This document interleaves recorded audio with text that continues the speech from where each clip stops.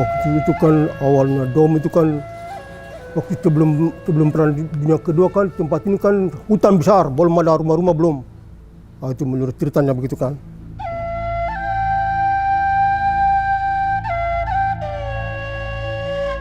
Setelah itu depan dia masuk itu untuk merebut ini, mau kuasai tempat ini. Dia sudah melepas talent semua, masuk semua selesai di sini. Sudah akhirnya lihat bagaimana keadaan terlalu gawat, terus gabungan Sekutu masuk.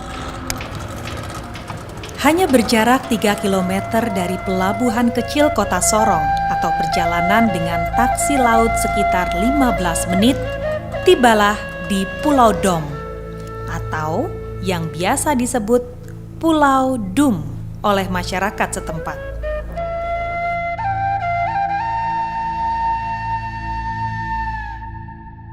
Kota Dum menjadi kota pertama pemerintahan sejak zaman Belanda sebelum adanya kota Sorong. Di sini bangunan-bangunan tua dijaga dengan baik, termasuk salah satunya adalah rumah ibadah dan ada transportasi tradisional yang masih bertahan hingga saat ini, becak.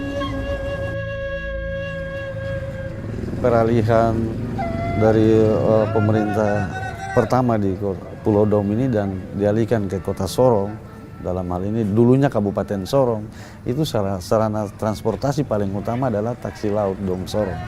Nah, kenapa kami harus pakai warna hijau atau biru? Karena ini di daerah laut. Kemudian kalau untuk beca ini pada saat itu didatangkan beca itu pada saat distrik Sorong Kepulauan ini statusnya masih Kecamatan Salawati, dipimpin oleh camatnya pada saat itu paman kami juga, yaitu Pak Indah Arfan.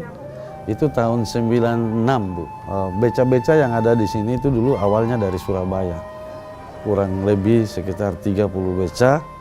Setelah dibeli oleh salah satu pengusaha dan dikasih ke masyarakat untuk bisa menciptakan lapangan pekerjaan, akhirnya dari masyarakat yang tadinya bawa, mereka lihat contoh beca, mereka bangun beca, artinya buat beca sendiri.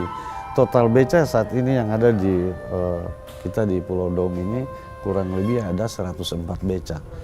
Kalau taksi laut sebagai sarana utama dulu Pulau Dom ini, dan itu memang ikon Pulau Dom ya Bu ya, untuk bisa datang ke Dom dan ke Sorong, salah transportasi itu memang sejak dulu.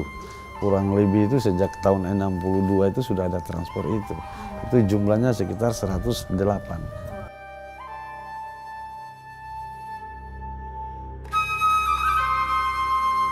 Keistimewaan Pulau Dum bukan pada kondisi geografisnya, namun pada bangunan-bangunan sisa Perang Dunia Kedua.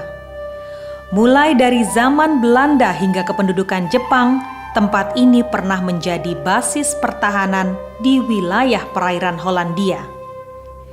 Sejak tahun 1800-an hingga 1935, Pulau Dum dijadikan sebagai ibu kota pusat pemerintahan. Dalam istilah Belanda, onderafdeling. Yang sekarang kita tahu adalah kota apa, Kabupaten Bahari, itu dulu pusatnya itu di Pulau Dom juga. Kabupaten Raja Ampat itu. Memang situs atau kantor-kantor bekas atau peninggalan nama itu memang tidak ada. Yang ada di sini di Pulau Dom ini hanya peninggalan Belanda. Peninggalan Belanda itu berupa dermaga, kemudian gedung-gedung pada saat itu untuk menaruh atau menyimpan rempah-rempah yang hasil pembelian atau entah itu rampasan yang akan dibawa ke Belanda. Kemudian ada peninggalan sekolah, kemudian ada juga peninggalan tempat ibadah, bahkan ada juga peninggalan pos polisi. Pos polisi itu sampai sekarang masih ada di pulau ini. Kemudian di luar daripada sarana prasarana pemerintahan zaman Belanda, ada pun juga fasilitas pada zaman perang itu seperti bunker dan goa, nah itu pun juga masih ada. Pulau Dum menyimpan misteri zaman. Rumah-rumah yang dibangun tentara Belanda hingga gua-gua batu yang menjadi bunker makanan serta gudang persenjataan di masanya. Bunker itu disebut pillbox karena memiliki lubang untuk menempatkan moncong senapan. Belum lagi terowongan yang diameternya 1 meter sepanjang 2,5 kilometer, membuat orang-orang dewasa harus membungkuk jika ingin masuk melihat bagian dalam.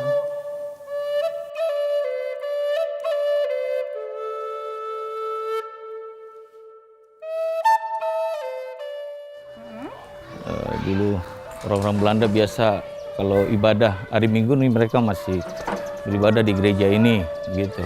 Masih asli nih. Rehab belum pernah sama sekali. Masih bentuk aslinya ini.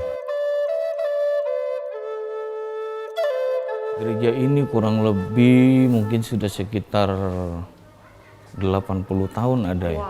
Iya. awal 19 ya gereja ini. Bentuk perhatian dari pemerintah dalam hal ini melalui program-program dari misalnya pemberdayaan masyarakat. Kalau waktu lalu itu ada respek, kalau sekarang ini ada prospek, program kesejahteraan masyarakat begitu. Dalam bentuk bantuan-bantuan untuk rumah-rumah ibadah itu ada perhatian dari pemerintah setempat, khususnya kami di distrik Sorong Kepulauan sendiri.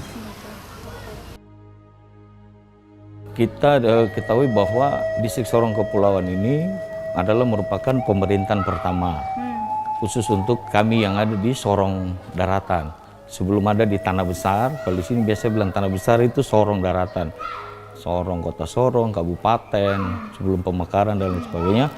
Pusat pemerintahan itu ada di kami di distrik Sorong Kepulauan.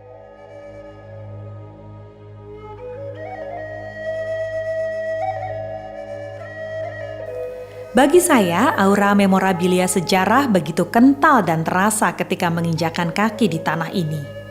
Deru angin pantai saat di kayu becak juga mengantar saya kembali pada nostalgia sejarah.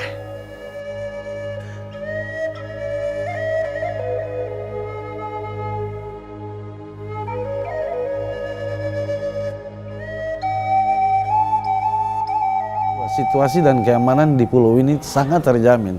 Toleransi umat beragama antara 3 keagamaan tadi mungkin dibandingkan dengan tidak usah kita ambil daerah barat atau tengah. Di Kota Sorong tidak seperti di Kota Dom. Contoh kecil Bu, pada saat agama Kristen melakukan kegiatan ibadah dari Muslim jaga. Sebaliknya dari Muslim, kalau ada kegiatan keagamaan dari Kristen jaga. Begitupun sebaliknya, kalau dari Kristen duka dari Muslim juga datang.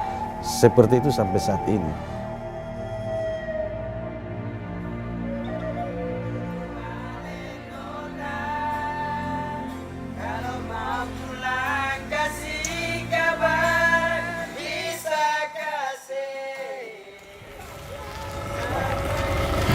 Sebagai salah satu saksi sejarah, Pulau Dum bisa terus dimanfaatkan asal dijaga kelestarian lingkungannya.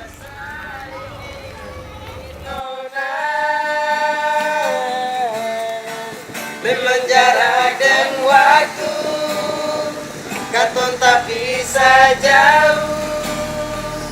Tolong dah ingat kenangan pahit di masa lalu.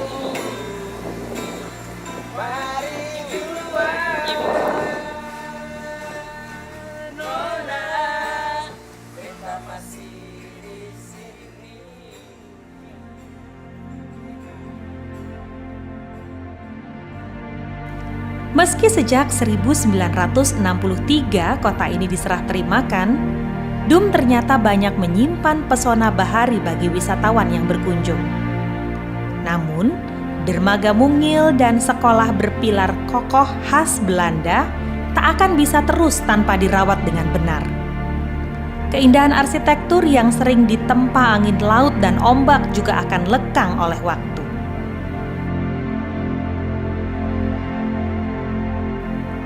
Pulau Dum didaulat sebagai pulau radio perlu mengupayakan pelestarian serius pemerintah dan masyarakat yang bersinergi, membangun pemukiman, dan menjadikan Dum sebagai bagian masa lalu Indonesia yang tak boleh dilupakan.